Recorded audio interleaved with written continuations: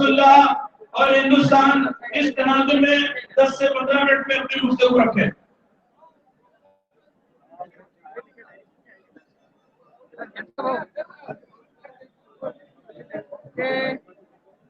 Thank you.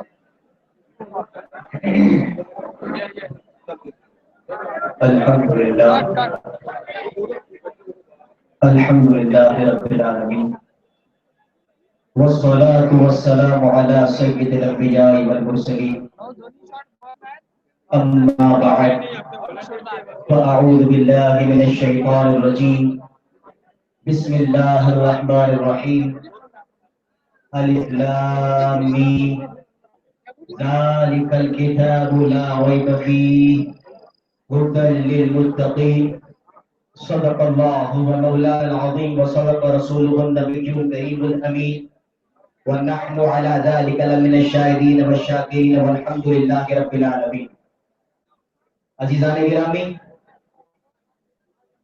دنیا کا جو بھی مصنف ہو، دنیا کا جو بھی آتھر ہو، رائٹر ہو، جب بھی وہ کتاب لکھتا ہے تو اپنی کتاب کے آخر میں وہ ضرور لکھتا ہے کہ اگر کتاب میں کوئی غلطی کوتاہی لفظ بھول چوک ہو گئی ہو اطلاع کر دی جائے، اگلے ایڈیشن میں تصحیح کر دی جائے گی، کریکشن کر دیا جائے گا. لیکن عزیزان گرامی، میں آپ کو بتاتا چلوں، اللہ کا پاکیزہ کلام، اللہ کی کتاب، اللہ رب کریم نے جب اپنی کتاب کو نازل فرما دیا تو آغاز میں واضح فرما دیا، خبردار اے لوگوں، میں تمہیں جو کتاب دینے جا رہا ہوں وہ کتاب ایسی ہے لا ریب فیہ، اس کتاب میں کسی طرح کا کوئی شک کی گنجائش نہیں ہے. وہ کتاب ہے جس کے اندر کوئی شبہ نہیں ہے، کوئی کنٹرڈکشن نہیں ہے، کوئی شک نہیں ہے، اور یہی وہ کتاب ہے جو کتاب پوری کائنات کے لوگوں کے لیے اس کا چشمہ ہدایت ہے. قرآن کریم ہمارے پاس یہ وہ کتاب ہے کہ اللہ نے اس کتاب میں ہمیں ہر قانون سے آگاہ فرما دیا ہے. اسی لیے تو واضح فرمایا وَلَا رَبِّهُ وَلَا يَعْبِدْ إِلَّا فِي كِتَابٍ مُبِينٍ، کہ دنیا کی کوئی ایسی خوشگوار چیز نہیں ہے کہ جس کا ذکر قرآن میں نہ ہو. اللہ تبارک و تعالیٰ نے ہماری زندگی کے ہر مسائل کا حل ہمیں قرآن میں عطا فرما دیا ہے. جو احکامات ہمیں اللہ نے قرآن میں عطا فرما دیے ہیں، دنیا کا کوئی بھی قانون اس کے مقابلے میں آ جائے ہم وہی قانون مانیں گے جو قانون ہمیں اللہ نے دیا ہے.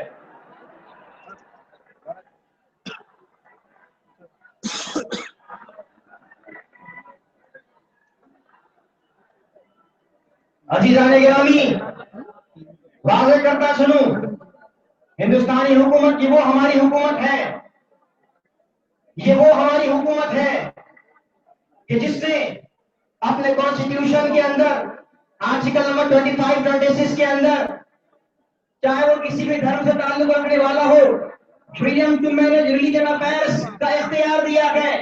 وہ چاہے وہ کسی بھی دھرم کا ماننے والا ہو، انہیں ان کے دھرم کے ریتی رواج کے انوسار جینے کا پورا ادھیکار دیا ہے. جی ہاں، چاہے وہ آپ کی پریکٹس ہو، چاہے آپ کے وہ بزرگوں کا فرقوں کا عمل ہو، چاہے آپ کے وہ ریتی رواج ہو، جس طرح آپ کا دھرم آپ کو تعلیم دیتا ہے، آپ کو پورا اختیار ہے کہ آپ اپنے دھرم کے انوسار جینے کا پورا حق رکھتے ہیں. عزیزان گرامی، میں آپ کو واضح کر دینا چاہتا ہوں کہ الحمدللہ جب ہماری حکومت نے ہمیں ہمارے اسلام کے قوانین کے مطابق، جب ہماری حکومت نے ہمیں ہمارے مذہب کے مطابق جینے کا ادھیکار دیا ہے، ہمیں یہ فریڈم دیا ہے، تو میں یہ پوچھنا چاہتا ہوں کہ یہ سوال کیوں پیدا ہو رہا ہے کہ 3 طلاق دیں گے تو طلاق نہیں مانی جائے گی. میں یہ کہنا چاہتا ہوں کہ پھر یہ سوال کیوں پیدا ہو رہا ہے کہ ایک شادی کریں گے تو دوسری شادی کرنا درست نہیں ہوگا. میں یہ کہتا ہوں کہ یہ سوال کیوں کیا جا رہا ہے کہ عورتوں کو مردوں سے کم حق دیا جا رہا ہے. میں یہ سوال کرنا چاہتا ہوں کہ یہ کیوں کہا جا رہا ہے کہ اسلام میں عورتوں کو کم ادھیکار دیا جا رہا ہے. نہیں، یہ آپ کی غلط فہمی ہے، یہ بالکل ایسا نہیں ہے. سوال یہ نہیں ہے.